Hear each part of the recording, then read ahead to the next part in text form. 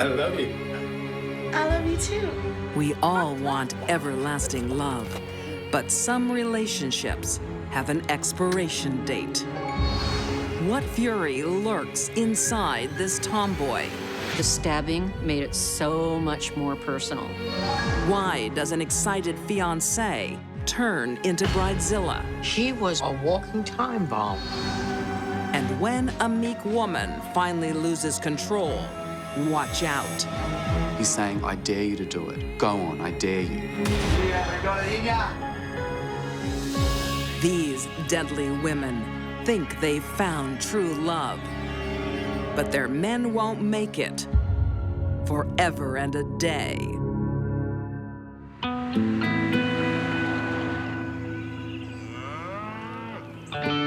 The tiny farm community of Colbert, Georgia.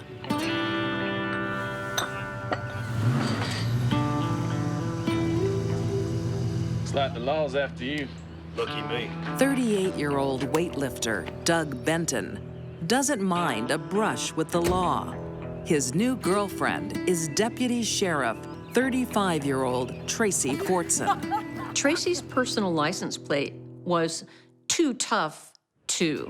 That's how Tracy wanted to be seen by others, as a toughie. Likely to meet the new lady in my life. Hell, I thought you were here to take him away. I will if you don't behave. She was into motorbike riding, she was into hunting, and she was into weightlifting. Y'all ladies ready for a real workout? The perfect woman for Doug. He was big into weightlifting and operated his own business of welding. Doug was a bodybuilder and an outdoorsman. That was a good fit for Tracy.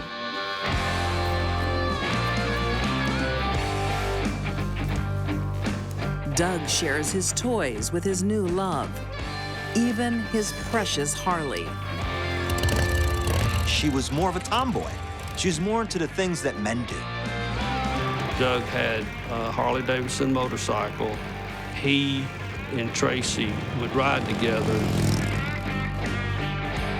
The hunting, the fishing, and the weightlifting. You know, they had found the perfect match for each other.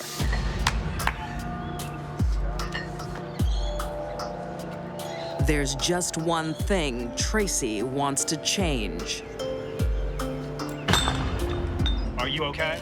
I could do with some help if you could drag yourself away from your buddy. It was like Tracy wanted him just to herself and didn't want him to associate with his friends.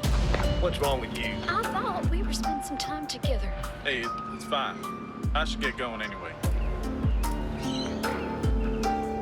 You know, love at first sight, though, quickly turns into arguing at any chance they got.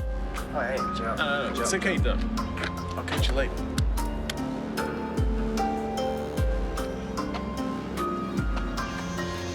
He's my friend.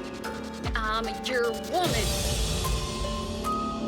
After he hooked up with Tracy and his friends got to know her, they stopped coming over. In February 2000, Tracy finds a way to be by Doug's side day and night. She quits the police force and starts working in Doug's welding business. Get him here now. But it's still not enough. She wants Doug's undivided attention. What? Get rid of him. No, I'm not gonna get rid of him. You know, here's a volatile relationship to begin with. Get rid of him now. No, he's my friend. They decide to work together. Really? Yeah, really.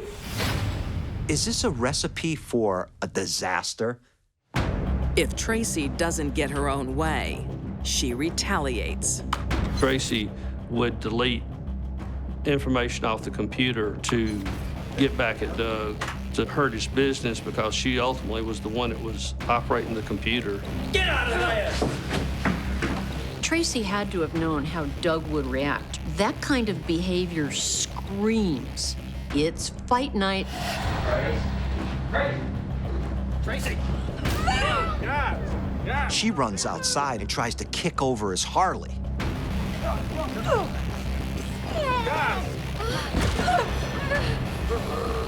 You don't do that to a man's bike. Doug gets really, really angry with her. Ouch, better than that. The situation escalates to a dangerous new level. Doug knew that she kept a gun in her truck. You come out of that car with a gun, there's gonna be trouble.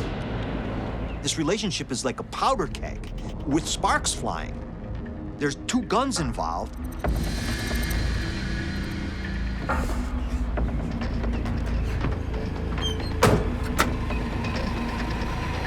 We have all this rage boiling up. Something's bound to happen in this situation. How can it not happen? Man, you need to get away from her. When Doug and Tracy drew their weapons, guns, on each other, that should have been the end of the relationship. Sadly, it wasn't. Doug doesn't know. Tracy is no stranger to violence.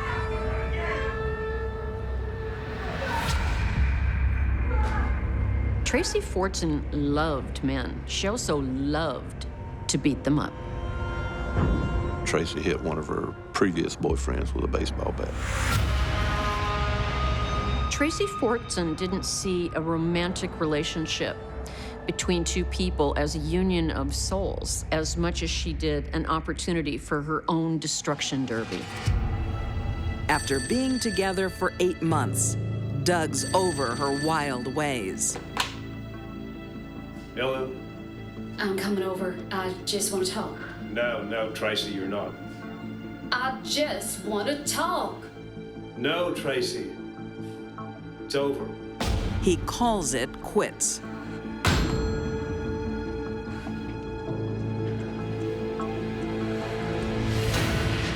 To a sociopath, rejection is like pouring gasoline on an inferno.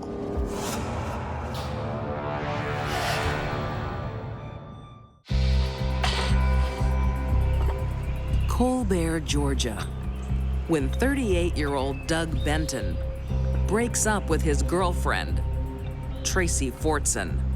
She cheers herself up with some retail therapy. Not clothes or shoes. This 35-year-old tomboy stocks up at a hardware store. She goes out and buys some really strange items that people don't really buy every day. She buys a cattle trough.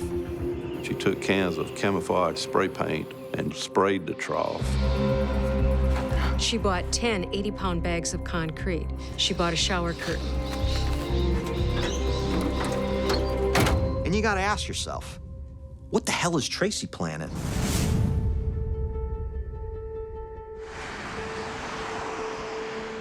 On June 4th, 2000, Tracy's ready to see Doug one more time.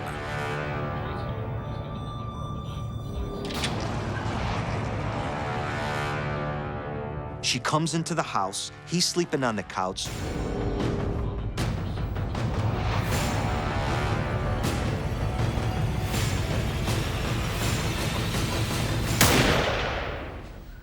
She shoots him in the head with a .22.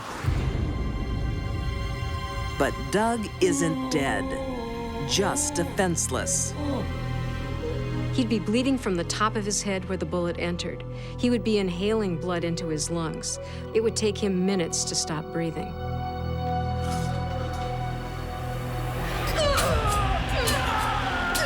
She could have shot him in the head a couple more times to make sure he was dead. The stabbing made it so much more personal.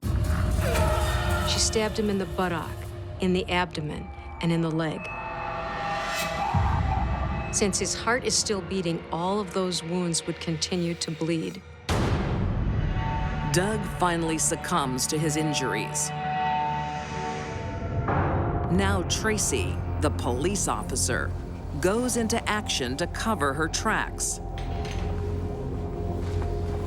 She wraps Doug's body in 2 shower curtains. Tracy always prided herself that she was a tough chick. Well, man, I believe her now because we have this 220 to 250 pound man. And here's this woman dragging it. Boy, was she strong. She was used to throwing carcasses of animals around. She was a deer hunter. She had done all of this. This was not unfamiliar to her. Tracy has it all planned. She builds a tomb for her ex. She then took bags of cement, poured over the top of him in the trough, took a water hose, sprayed it down.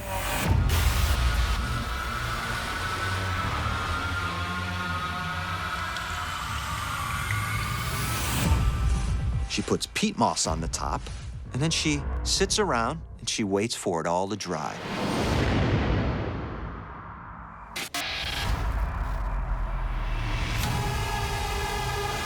Doug's final resting place won't be a grave, but a camouflaged cattle trough in the woods.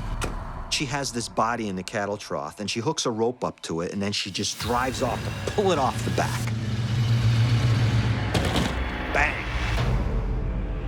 She was familiar with the area up under some trees out of the way that she thought would not be discovered.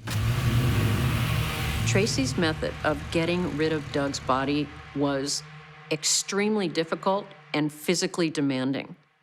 Why she did that probably has to do with how she saw herself. She's a big, tough, strong woman. So why not? The final piece of her complicated plan is to explain Doug's disappearance. She parks his truck outside his friend's house. His truck was found at a friend's house with a note taped on the window that said, I've gone out of town, don't bother looking for me. Tracy's camouflage proves pathetic.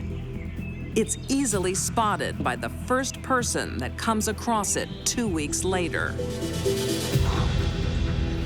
And it smells. He's thinking, that's a smell that only can mean one thing: a dead man. He calls the cops. And you know what?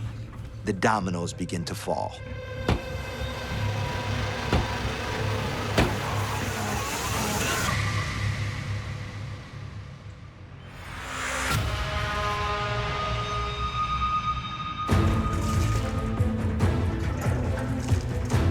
Tracy starts to panic. She knows forensic teams will be heading to Doug's place. She wants to get there first. The couch was blood-soaked. There was a trail of blood that led from the couch to the door. She knew she had to cover her tracks. After all, she was in law enforcement. Tracy wants to burn the whole house down and uses candles as her fuse. She doesn't want to be around when the fire starts. Another miscalculation. When the flame reached the carpet, it extinguished. And I believe that was due to the Scotch Guard in the carpet, a flame retardant. The house is still intact. The police now have plenty of forensic evidence, and Tracy's left a long trail. The other things that she did, buying the watering trough, the concrete, the note, the fingerprint tape. The tape used to stick a note to Doug's vehicle was like fingerprint tape that only a cop would have access to, really. And then the latex gloves that Tracy used are found inside her house. Even Tracy's attempt at camouflage comes back to haunt her. What cops find on the cattle trough is this spray-painted design of like an army camouflage type of thing. And then they also find a similar one on Tracy's mailbox. It was obvious that, she was the perpetrator. The only evidence Tracy did not leave was a signpost pointing to her head. In March 2004, Tracy Forson is convicted of malice murder and sentenced to life in prison. It seemed like she was just an upset lover that saw a relationship that she didn't want to lose go away. I just want to talk. It's over. It seemed like she just couldn't accept it. Tracy Forson wanted total control. When Doug dumped her, he sowed the seeds of revenge and paid the ultimate price. There was a tremendous amount of effort and planning put into this murder. Tracy didn't snap. Tracy had wanted Doug dead for quite a while.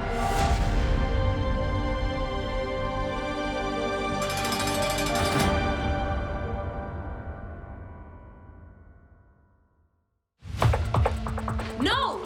The chair goes over there, and the table goes against the wall. Planning a wedding is tough. She was stressed out. It should be the happiest day of your life, She wanted the whole thing to be perfect. as long as you get there alive. She was already fatigued, I've had to do this all by myself. resentful, and angry. Now she was furious.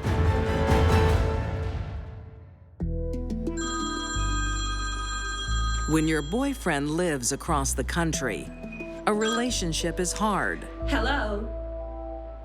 How's my girl? Missing you. I miss you too. But I'll be there next week. I'll be waiting. But 33-year-old Nola Franklin is sure she's found the one. I love you too. 36-year-old truck driver Billy Brewster. Billy and Nola met in California when he was driving his truck there for work. Girl. What am I supposed to do till next week? You are gonna have to wait.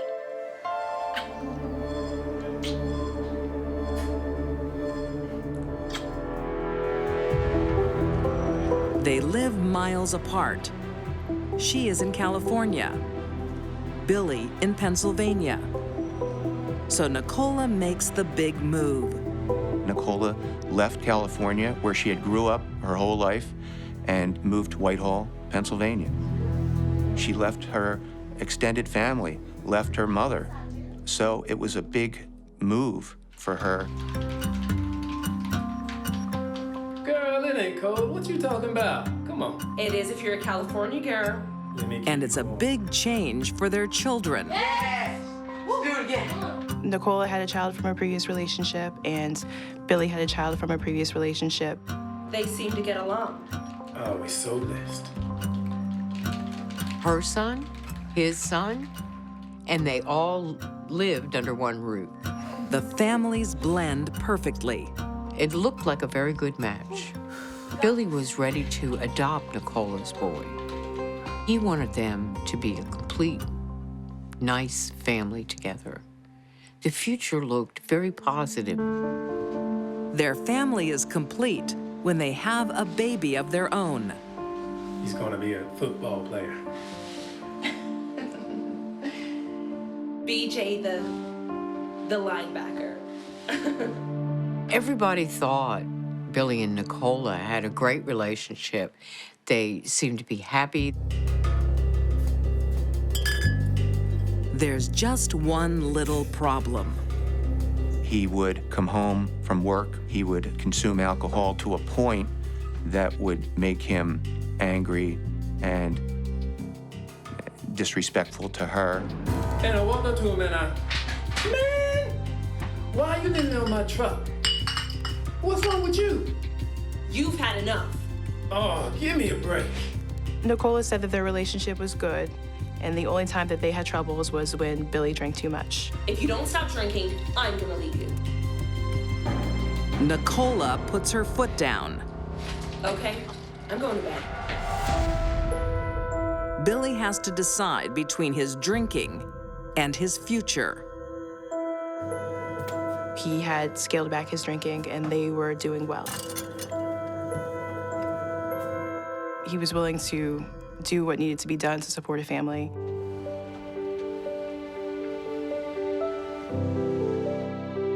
one thing missing. Now all they need is a wedding. Will you be my wife? It's the day Nicola's been waiting for. But Billy doesn't want to spend too much money. She wanted everything to be perfect, of course, and she was working on a very, very small budget. Oh my God, it's beautiful. You gotta get it. I can't afford that. I've only got $500 for the whole wedding. The whole wedding? Nicola said that Billy had given her a budget of $500. She would have to pay for her wedding dress. She would have to pay for the children's clothes. She would have to purchase food and make other arrangements for the wedding. It's a lot to do with $500. No! That goes over there. And the table back against the wall. The wedding and reception will be in their own modest apartment. Right against the wall! Nicola does all the preparations herself, while truck driver Billy's on the road. Nicola was fretting about everything, about sandwiches not being right, and her hair not being right, and her dress not being right. Every bride is under pressure before her wedding. What else do you want us to do? Move those chairs. But Nicola is feeling it more than most. There was something that made Nicola crack. Instead of wedding bells ringing, police sirens were heard.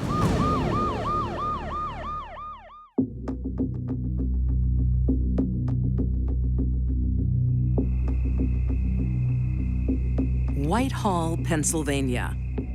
In the days leading up to her wedding in August 2012, Nola Franklin is feeling the pressure. Nicola wasn't in the best state of mind and physical condition leading up to the wedding. She had not slept much in 4 days.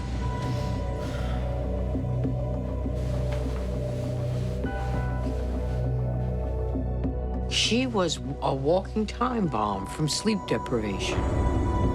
Her fiancé, Billy, is away, and she's doing everything for their low-budget wedding. Billy was on the road right prior to the wedding. Didn't get home till like the night before. It was 16 hours straight, I'm telling you. When he does, he arrives with his cousins. They're in the mood to party. You gonna finish on time? Don't you start. I've had to do this all by myself. Just put your bags in that room there. And go grab something to eat. While the last-minute wedding preparations were going on in this small little house, there was Billy, Nicola, 3 children, and suddenly... We're just gonna get some food. We'll be back. Billy's cousins, and they're staying in the house. So the house was really overcrowded. Nicola is getting her hair and makeup done, and there's a lot more to do for the morning ceremony. It probably would have been a better move on Billy's part to stay at home and help her. But Billy wants to celebrate.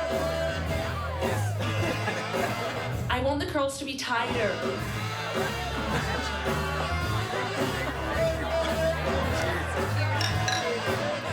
They stopped at a strip club for a while, and they were out drinking and carrying on and just having sort of an impromptu bachelor party.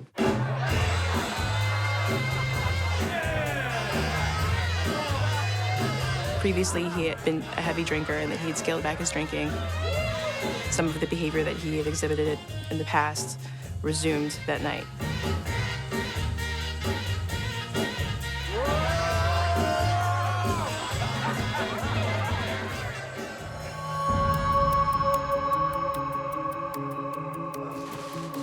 Nicola's been left alone, preparing for the wedding.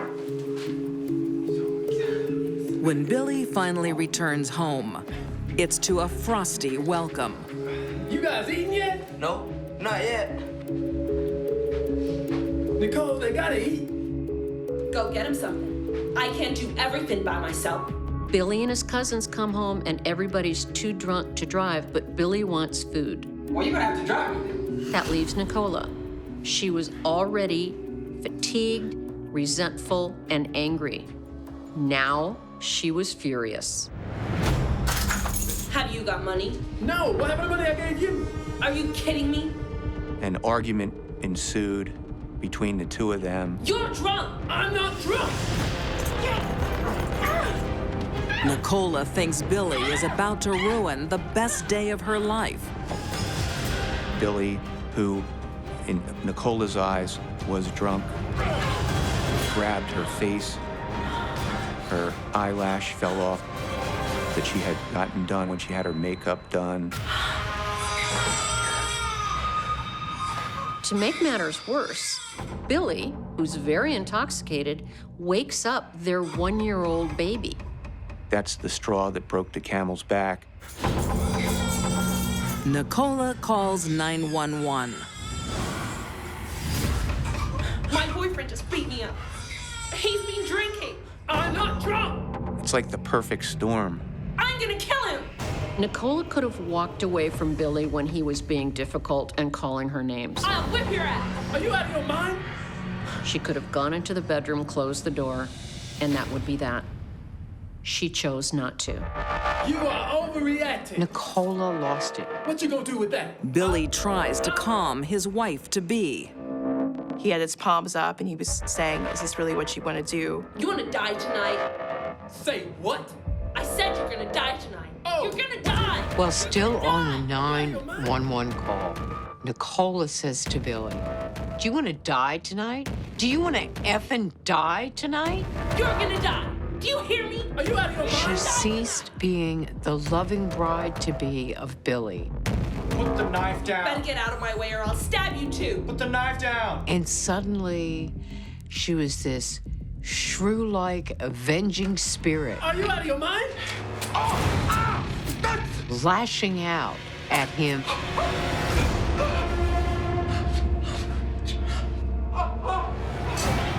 Billy's cousin disarms Nicola. One of the knife wounds went straight through his heart. Oh my God. Oh. Nikki, call 911. Call 911. Help arrives too late. Billy bleeds to death. Nicola is arrested on her wedding day. When Whitehall police told her that Billy had died, she became hysterical.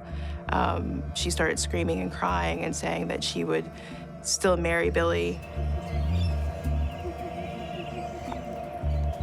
The next morning, instead of a ceremony, guests arrive to a crime scene.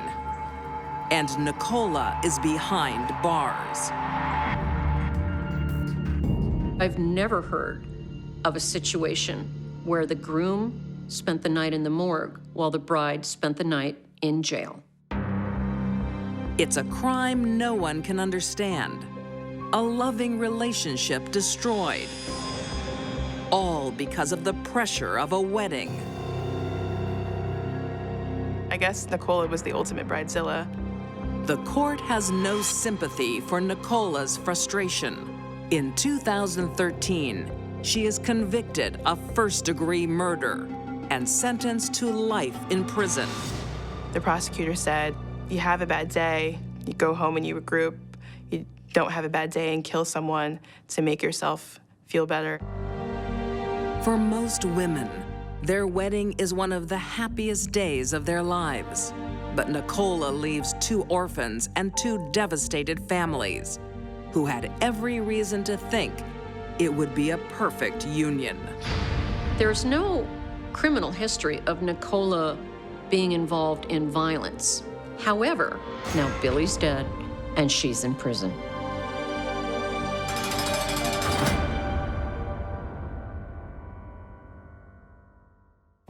Next, Maybe the fish will like it. still waters can run deep. Angela was well and truly under the control of Doug Kelly. Hey, Steve. Pick him up. Take him outside. And when a passive wife reaches her limit, He was just willing to throw his weight around. You have been cheating him. You're lying. A storm is on its way. She had been fantasizing about this moment for years. 2012. On Australia's southeast coast, Angela Williams is raising her children with the help of her boyfriend, David Granger. David Granger was a big man. It was no coincidence that his nickname was Bear. He was large, stocky, had a beard, a little bit overweight. Caught any good fish lately, Bear? No, work's been flat out. Too busy. Chaotic. He's a bear of a man with a heart of gold. And after years of turmoil, Angela is finally happy. 4 years earlier, her common-law husband, Douglas Calley, went fishing and didn't come back. Their 2 children haven't seen or spoken to Dad since. Their only contact is the occasional present. Angela gave her son Doug's prized diving watch as a gift. She said that Doug had sent it to her to give to him. It's Doug. Angela is the only person Doug will talk to. Yeah, just give me a second. During this party, she took a call, went off into another room, said she needed some privacy. She returned to the group upset. What is it? Dad wants us to move to the coast. Saying that Doug was pressuring her to move to New South Wales. What'd you say? I said no. But Angela isn't about to go running back to Doug. For 23 years, he kept her under his thumb. Can you clean them outside? I called him, you can clean it. Doug was, by all accounts, a very controlling and often a very demeaning man toward Angela. I'm not touching it. There you are. No, I'm not. There you are. No, I'm not. He belittled her. You clean him. No! Pick him up. And was generally quite domineering. Come on. Pick him up. Get them outside. Go. As the years went by, Angela became more and more isolated from outside sources. She stayed at home, had fewer and fewer friends. Doug doesn't want people around to witness his illegal activities. Doug had somewhat of a sideline business dealing cannabis. It's the cops. He had 2 prior convictions with the police for dealing. Can you explain this? Just some scales for a cookie. What do we got here?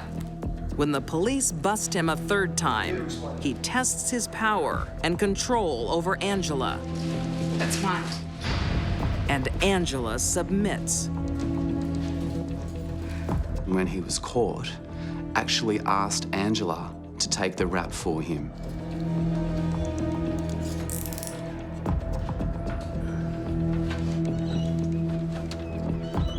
Doug's dominance and control over Angela knew no boundaries. He actually got her to take the rap for a drug conviction.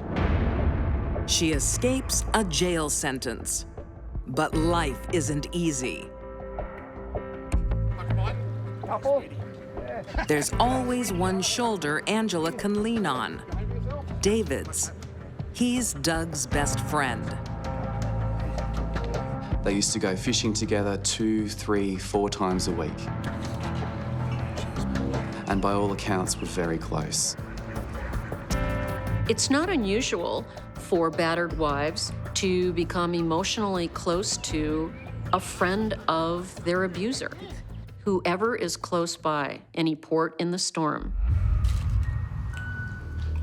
When Doug leaves her in July 2008, it's David that Angela turns to. Angela turns up to David's house. She's in an absolute state.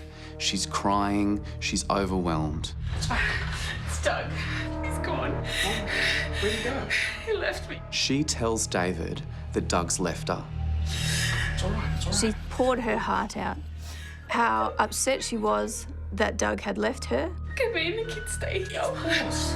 Of course you can. No problem. She sent word to the children's school that they should come back to David Granger's place.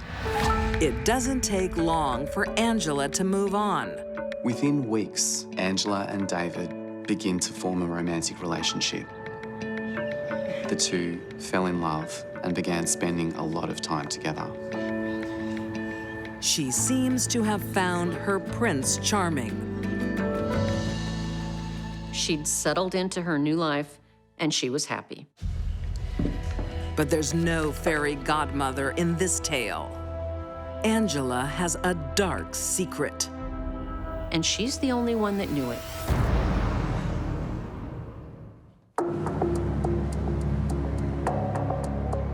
In 2012, on the southeast coast of Australia. It's been 4 years since Angela's husband of 23 years, Doug Calley, abruptly left her. He went fishing and never came back.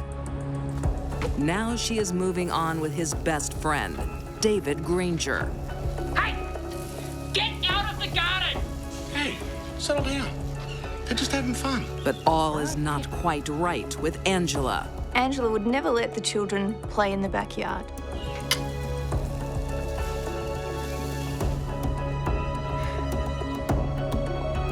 It turns out Doug's family hasn't heard from him either. The cops keep asking me where Doug is. Do you know?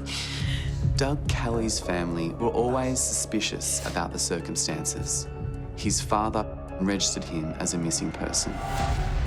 4 years after Doug's apparent disappearance, the police begin seriously looking into the case. His bank accounts hadn't been touched.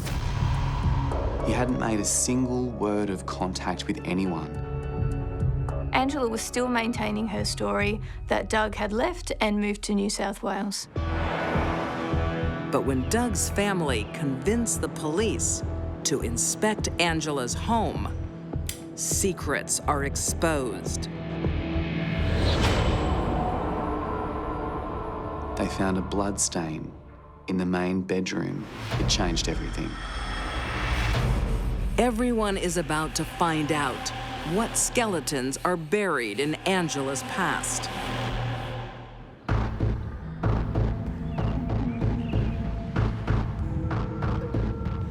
July 2008. Where you been? You been in Bears, haven't you? Doug confronts Angela. He's jealous of her relationship with his friend, David. He flies into a rage. You're lying! You're lying! He throws her up against the wall, grabs her by the throat, calls her every name under the sun. In the master bedroom, there are a collection of tools behind the bedroom door. Ah, you're gonna hit me with that, are you? Yeah? You haven't got it in ya. Angela picks up a pickaxe. Doug's goading her. Come on, hit me with it! He's saying, I dare you to do it. Go on, I dare you. You haven't got it in ya, have ya? Hey? He saw her pick it up, and he said, go ahead and use it, but he didn't think she would. You haven't got it in ya. But she did. The lady snapped. She loses it. The first blow would have been enough to kill him. It certainly disabled him. But that wasn't enough for Angela to vent 23 years of pent-up rage.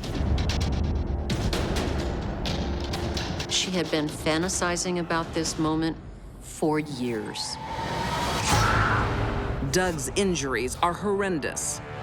Angela struck Doug 16 times, causing 8 skull fractures, mostly to the back of the head. He dies quickly and within minutes. Angela stood for hours staring at Doug's body. I think she wanted to make sure he was dead.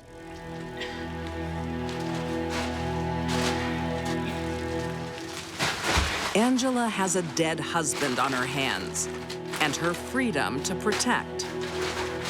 She wraps the body in a tarpaulin and rope, drags him through the house, out to the backyard near the tool shed.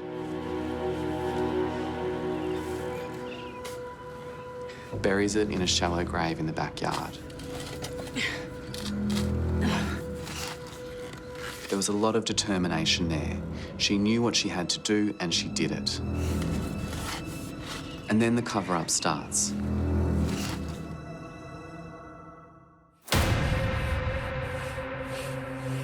Angela is determined to leave no trace of evidence behind. After burying the body, Angela returns to the house.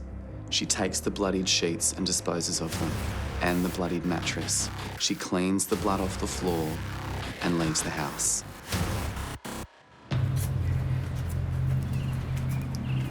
But after 4 years under police scrutiny, Angela can't keep up the charade any longer. I can't go any further. The truth came out. He's buried over there. Where? She confessed. Angela voluntarily agreed to show police where she had buried the body.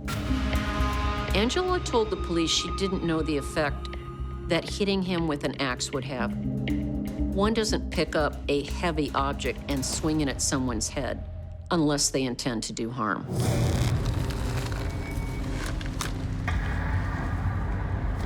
He was dead and gone, and in her mind, he deserved it. In 2012, Angela Williams is charged with Doug's murder. At her trial 2 years later, she pleads not guilty, claiming self-defense. The jury accepted that Angela had been abused both verbally and physically. Angela is convicted of the lesser charge of defensive homicide and sentenced to 8 years in prison. Angela is a simple woman who was in a very complex situation. And she reacted the only way she knew how after 23 years of being pushed. When Angela killed Doug, she punished him. She punished him to death.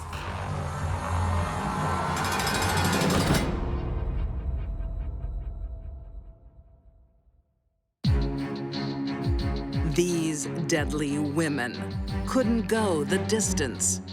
Tracy Forson turned her lover's rejection into revenge. Nola Franklin's wedding day jitters turned lethal. And Angela Williams ended 23 years of marital abuse with an axe.